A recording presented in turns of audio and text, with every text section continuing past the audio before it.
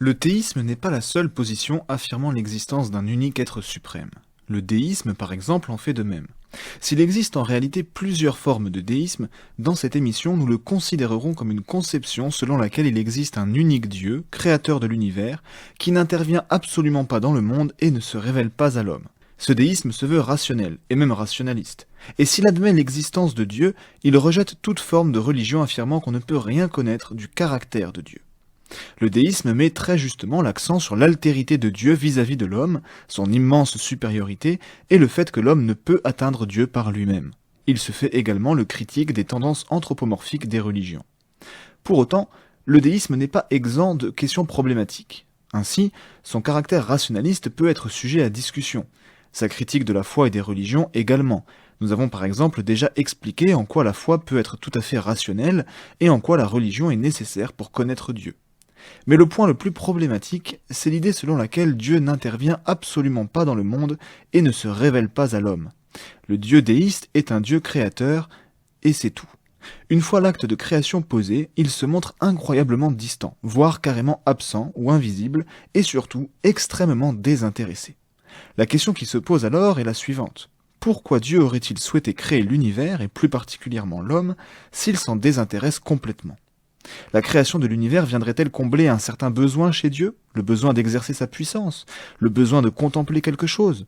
On introduit alors une notion qui va à l'encontre de l'immuabilité de Dieu, de son impassibilité, de sa perfection et de son infinité, quatre attributs que le déisme prête pourtant à l'être suprême. L'acte de création serait-il donc un acte gratuit, hasardeux, un acte dénué d'explication? Cela poserait un réel problème. On pourrait répondre que Dieu est parfaitement libre et tout-puissant, et par conséquent qu'il fait ce qu'il veut. Oui, mais justement, Dieu ne peut être tout-puissant que si sa toute-puissance s'exerce dans le cadre de sa volonté. Ce qui est fait en dehors de la volonté n'est pas contrôlé, et dénote donc un manque de maîtrise. De plus, peut-on parler de volonté si celle-ci n'est motivée par rien? Sans motivation, sans intention, il semble difficile de parler de décision libre. Dieu n'est plus l'auteur actif de la création, mais l'agent passif de quelque chose qui le dépasse. On intègre alors de la contingence ou de la dépendance dans l'être de Dieu, ce qui va à l'encontre d'une définition rationaliste du divin. S'agit-il alors vraiment de l'être suprême? L'hypothèse d'un acte gratuit viole également le principe de raison suffisante, principe d'autant plus fondamental dans un système de pensée qui se veut rationaliste. S'agirait-il alors d'un acte motivé, mais dont la motivation demeure inaccessible à l'homme?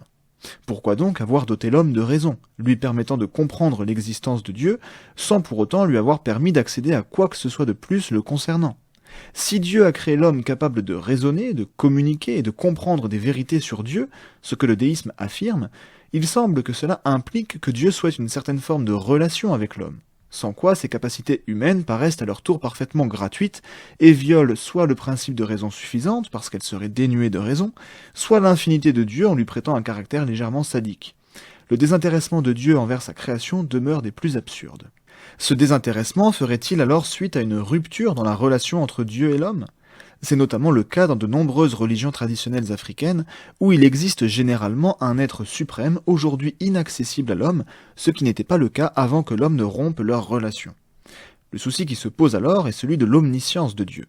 Pourquoi avoir créé l'homme s'il savait qu'il viendrait pour une raison ou une autre à s'en désintéresser par la suite? Les critiques précédentes pointent alors le bout de leur nez. Une dernière raison de remettre en cause cette forme de déisme, c'est justement la force du théisme, et plus particulièrement l'existence de preuves de l'intervention de Dieu dans le monde. Beaucoup considéreront qu'il ne s'agit pas d'intervention divine, mais dans une prochaine série d'émissions, nous tenterons de montrer en quoi la Bible, la vie, la mort et la résurrection de Jésus sont autant de marques de l'intervention de Dieu dans le monde. C'était Curious, j'espère que cette vidéo vous a plu, n'hésitez pas à me faire part de vos remarques et questions dans les commentaires ou par mail, pensez aussi à aimer la vidéo et à vous abonner pour soutenir la chaîne et être tenu informé de ses nouveautés. À la semaine prochaine.